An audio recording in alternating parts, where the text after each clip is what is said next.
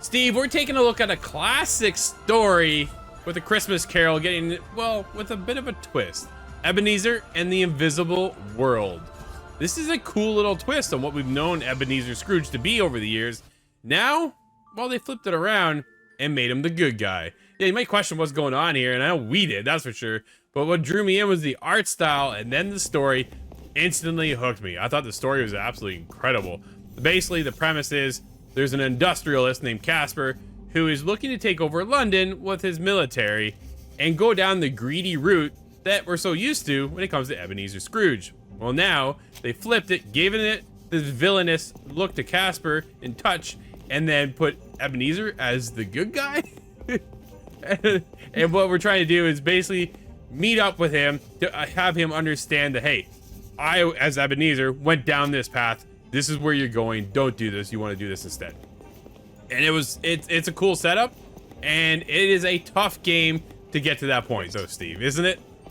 It is very much, because it's very much 2D side-scrolling platform game.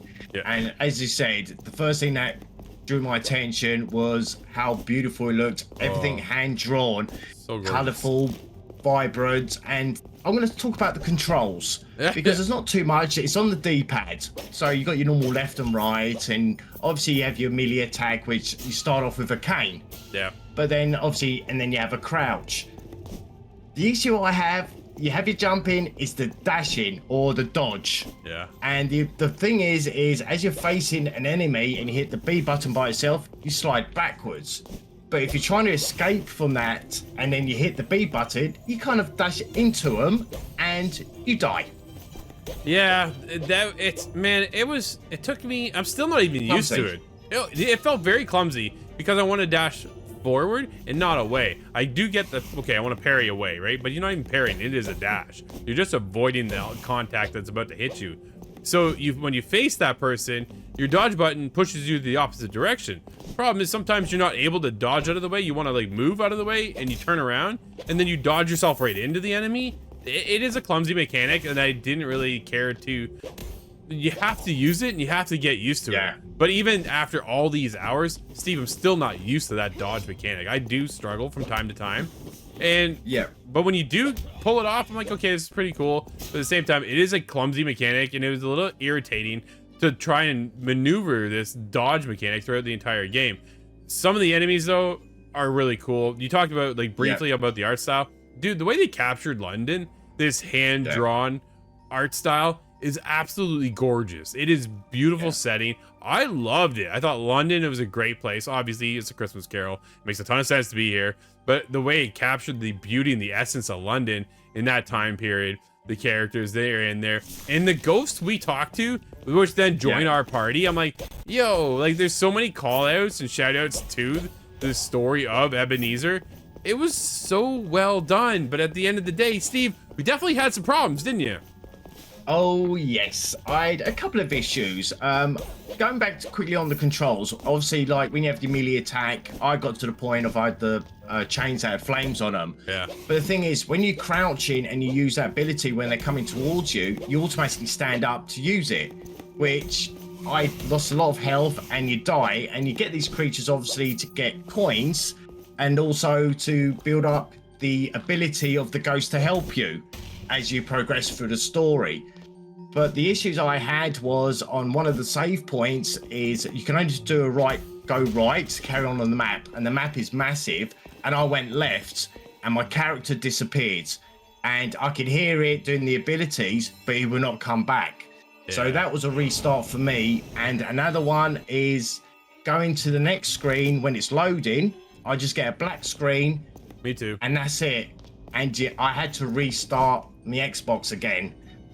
But and then you lose all your progress. It is so. It is the Metroidvania style game, which has you traversing back and forth, which I'm all down for. But then the only time, man, there's a shop you have to go to, which is on the back end of the map. But when you're so far on the other side, I'm like, this doesn't really feel that comfortable, that fun to run all the way back there to try and make my way all the way back. Because I want to buy new gear. I want to look at upgrade Ebenezer and all this kind of stuff, right? The shop should have been located in a couple more different spots along the way, along your path, to kind of make that little bit more easier to traversal into these areas. But yeah, again, dude, I had the same thing too. I went into one room, and it just went black screen. Dude, I was at the objective. I went, got what I needed to, bring that piece of content over this story to this person, and then it froze. I was like, man, I gotta do this all over again. And some of these boss fights can be tough, right? This is not an easy game, and I can appreciate it because it is rewarding when you do pull that off.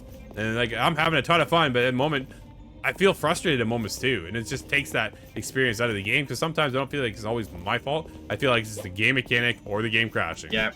Well, I did have one big issue near the level I'm on at the moment, and it's helping a mountaineer to sort of help a boy escape from the depths of London.